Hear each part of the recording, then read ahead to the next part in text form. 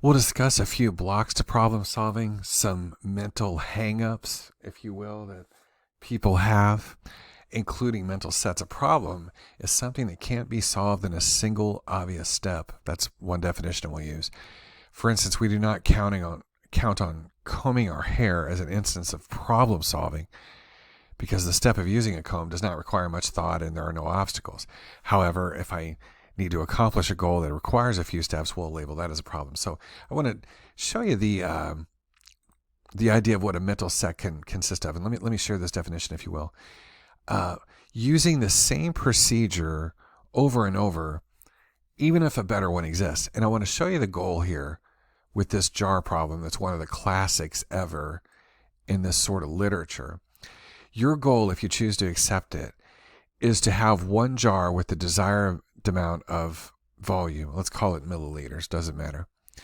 So one way of going about having one of the jars with 100 units of volume left might be to fill jar B, subtract 21 from jar B by pouring it into jar A. So I subtract 21 units by pouring it into jar A. I'm left with 106, and then I can fill jar C twice, fill it once, empty it, fill it once, empty it, and be left with 100. That would work. 127 minus 21 minus 3 minus 3. Would that work on the second one? I think it would. 163 in jar B. Fill jar A, that gets me down to 149. And then fill jar C, empty it, fill jar C again, down to 99. Let's go to number 3. Will that work again? And I'm sorry to bug you with the math, but just go with me just one more time. 43 minus 18 leaves 25, minus 10, 5. So for the first 5 rows, it works very well. It's a very powerful solution. But there's one thing I want to draw your attention to is the 6th row. That would work for the 6th row. That'd be easy to do. On the other hand, is there an even more efficient path, given that the goal is to have one jar with 20 units remaining? Well, of course, as you can see, to take jar A and just empty 3 units into jar C. That's it. Now, I'm already on a hot streak, if you will. I have some momentum in the way that I've done it to that point, which has worked every time. And now it's not obvious to me that there's a simpler method that's occupying me. And that's the classic demonstration of a mental set. Using that same procedure over and over, even when a better one exists, and that better one presents itself in row 6. And of course, 99% of people would not see that. It would not be obvious to the casual observer. And that's why it's a perfect example of that entrenchment. So barriers and constraints are sometimes so strong that they prevent or at least seriously interfere with a successful solution. And in this section, we'll review some factors that hinder solving a variety of problems, which may be a person's mental hang-up. For example, here's another one. Your job here, the 9-dot problem, is to draw 4 segments that connect all 9 dots without lifting the pencil.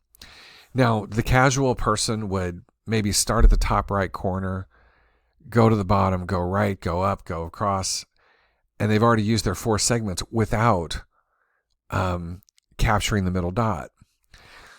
And that's problematic, of course. What would be required is to, let's just go to solution 1, start at the top left, go all the way past that bottom left dot, etc., and you can see the pathway.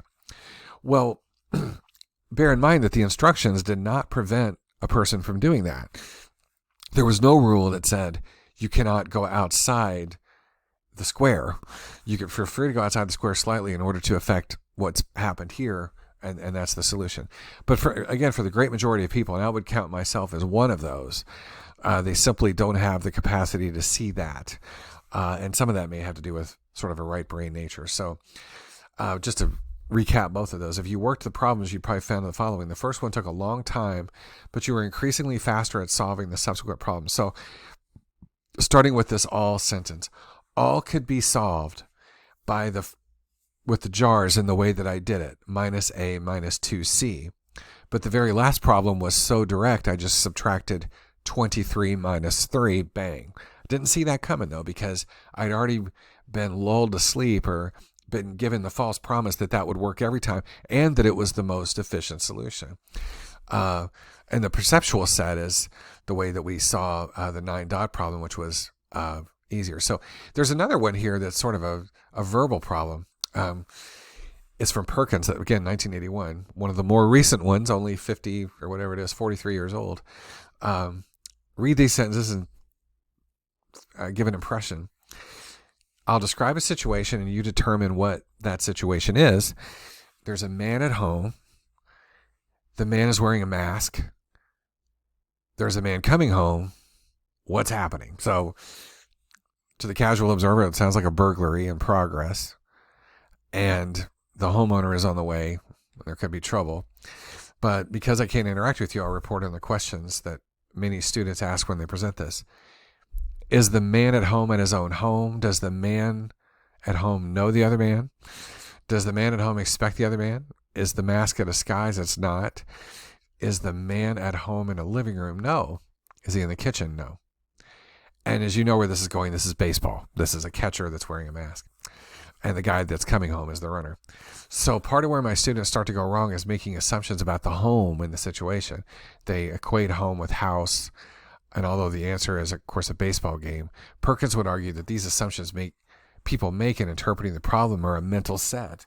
They're a fixed way of thinking about things that keep us from solving the problem. So I'll leave you with one last one. This is functional fixedness. You are shown to a room that has 2 strings attached to a ceiling. The strings are spaced so far apart that you can't hold on to both of them at the same time. Your mission, if you choose to accept it, is to tie the strings together in some fashion. And all you have in the room with you are a table, matches, screwdriver, etc. What can you do? Well, the solution many people have in discovering is to use the screwdriver as a way to make one of the strings into a pendulum, etc. You swing the string, walk to the other, grab it, etc. But fewer than 40% of people solve this without any hint. And a source of the difficulty seemed to be their unwillingness to think of the other functions of what a screwdriver could do. They fail to notice that the screwdriver could be used as a weight as well as for its intended function. And this is functional fixedness. There are a few others. If you ever want to Google it, your author doesn't mention it. It's the Dunker's candle problem, which is even more direct than this one.